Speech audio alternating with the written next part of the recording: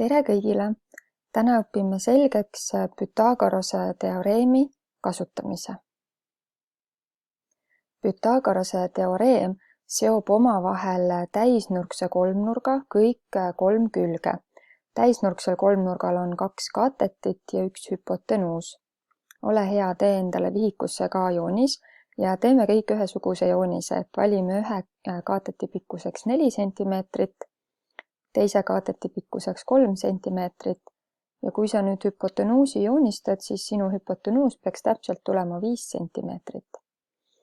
Pythagorase teoreemi kohta sa eile uurisid ka, kuidas on Pythagorase teoreemi tõestatud, nii et võime kohe täna siis endale vihikusse valemid kirja panna. Enne valemi kirja panemist märgi oma täisnurkse kolmnurga peal ka ära siis tähistused. Pythagorase teoreemi kasutamisel tähistame kaatetid alati tähtedega A ja B ja hüpotenuusi tähega C. Sa võid nimetused ka juurde kirjutada, kui sul need veel hästi meeles ei ole. Ja Pythagorase teoreemi sisu on siis selline, et kaatetite ruutude summa ehk A ruut pluss B ruut on võrdne hüpotenuusi ruuduga. Ja ma kirjutan siia kõrvale valemiga A ruudus pluss B ruudus võrdub C ruudus. Ma olen teinud erinevat värvi siin siis erinevad tähistused, võid samamoodi teha. Nüüd siin all on mul siis sellest samast Pythagorase teoreemi valemist avaldatud kaateti A leidmise valem, kaateti B leidmise valem ja hüpotenuusi C leidmise valem.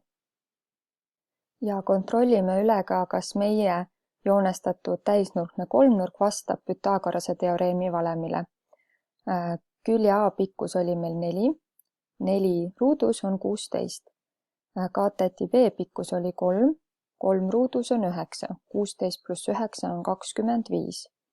Hüpotenuusi pikkus oli meil 5, 5 ruudus on 25, saime tõese võrdluse, järelikult Pythagorase teoreem meie kolmnurgas ka kehtib. Pythagorase teoreem on matemaatikas geomeetriliste ülesannete lahendamisel asendamatu abiline. Just sellepärast, et absoluutselt iga tasandiline kujund, mis sa oled varem õppinud, selle sees on olemas täisnurkne kolmnurk ja kui sa oskad seda täisnurkset kolmnurka igas kujundis näha, siis oskad sa ka arvutada teiste kujundite puuduvaid külgi. Tee omale vihikusse ka kõigi seni õpitud tasandiliste kujundite väiksed joonised, võid nad kõik üksteise kõrvale teha ja hakkame koos vaatama, et kus kohas nendes kujundites asub siis täisnurkne kolmnurk. Esiteks võtame ruudu.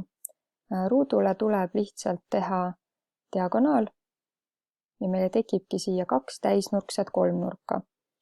Kaatetid on siis siin A ja B ja hüpotenuusiks jääbki siis see diagonaal.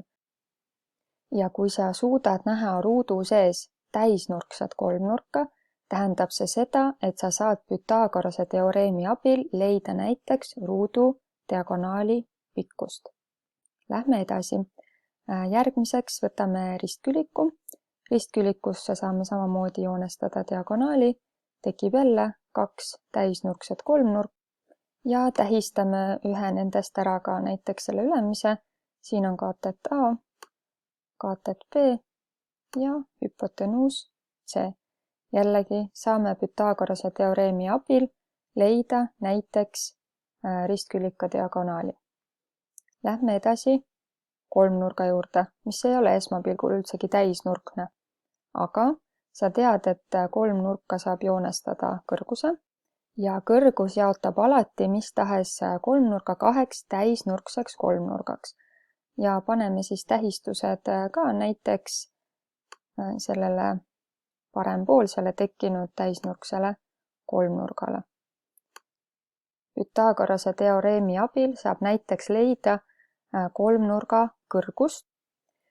Ringi sisse saab samamoodi joonestada täisnurkse kolmnurga, kui esmalt joonestame ringile diameetri. Ja kui ma nüüd diameetri võtan kolmnurga hüpotenuusi, siis tekib mul alati ringi sisse täisnurkne kolmnurk. Ma panen kohe tähistused ka juurde. Hüpotenuus on siis alati see diameeter ja kaatetid on siis siin. Võtame järgmiseks rööpküliku.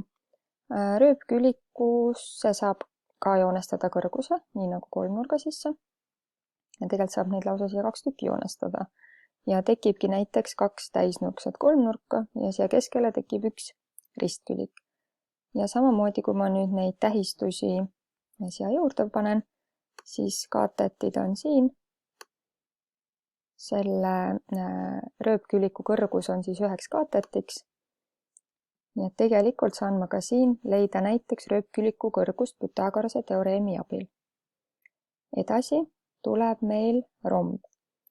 Ja rombile saab joonestada diagonaalid. Ja rombi diagonaalid jaotavad siis terve rombi 4 võrdseks täisnurkseks kolmnurgaks. Võtame nendest näiteks 1. Ütleme, et see külg on 1 kaatet, see külg on siin teine kaatet ja siin on siis hüpotenuus. Ja tegelikult rombi juures saab siis Pythagorase teoreemiga leida nii diagonaalide pikkuseid kui ka rombi küljepikkust. Ja viimaseks on meil jäänud trapets. Trapetsile saab ka joonestada kõrguse. Võib joonestada ükskõik mis tipust kõrgust, võib muidugi ka keskelt joonestada, aga siis ei teki meil täisnurkset kolmnurka. Ja samamoodi saad sa näha, et siin on täisnurkne kolmnurk. Nii et tegelikult Pythagorase teoreem aitab meil lahendada ka teiste tasandiliste kujundite ülesandeid. Loomulikult kõige rohkem alguses kasutame me Pythagorase teoreemi, et leida täisnurkse kolmnurga erinevaid külgi ja selle kohta teeme ka mõned näiteülesanded. Esimeses näiteülesandes tuleb siis arvutada täisnurkse kolmnurga hüpotenuus, kui kaatetid on 5 ja 12 cm. Paneme kirja andmed, kaatetid alati siis A ja B. Vahet ei ole kumba pidi sa nad kirjutada, aga oluline on see, et kaatetid on alati A ja B, sest kui sul on Pythagorase teoreem meeles sellisena, et A ruudus pluss B ruudus võrdub C ruudus, siis sa saad kindel olla, et sul ei lähe tähistused segamini. Kuna peab leidma hüpotenuusi, siis kirjutan välja hüpotenuusi leidmise valemi, kus hüpotenuus on avaldatud Pythagorase teoreemist, asendan A ja B ja saan vastuse. Nüüd oluline on see, et sa kõigepealt leiad C ruudu, ehk siis selle hüpotenuusi enda pikkuse leidmiseks tuleb vastusest ka alati ruutjuur võtta. Selles esimeses ülesandes ruutjuur 169 on meil kõigil teada ja see on 13. Ja saime kätte, et täisnurkse kolmnurga hüpotenuusi pikkus on 13 cm. Vaatame nüüd teist ülesannet.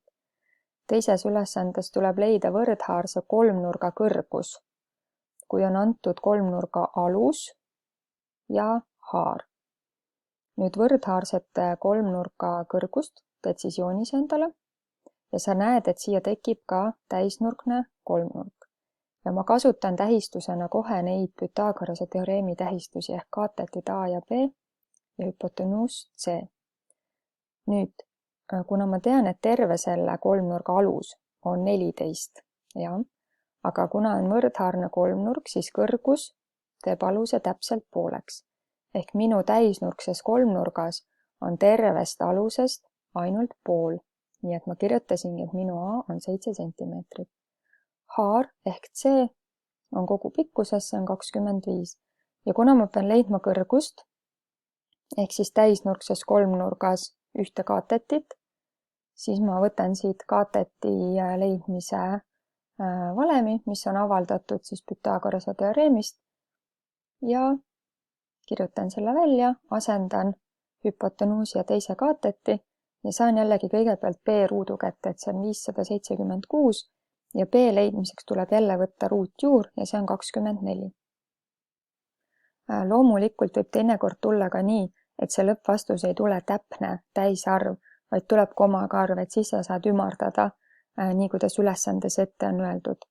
Aga selliseid arve, mis on täpselt täisarvud ja klapivad Pythagorase teoreemiga, nimetatakse Pythagorase arvudeks. Sinu tänaste ülesannete vastused peaks kõik tulema kenasti välja täisarvud ja ma loodan, et sul tuleb Pythagorase teoreemi kasutamine täna hästi välja.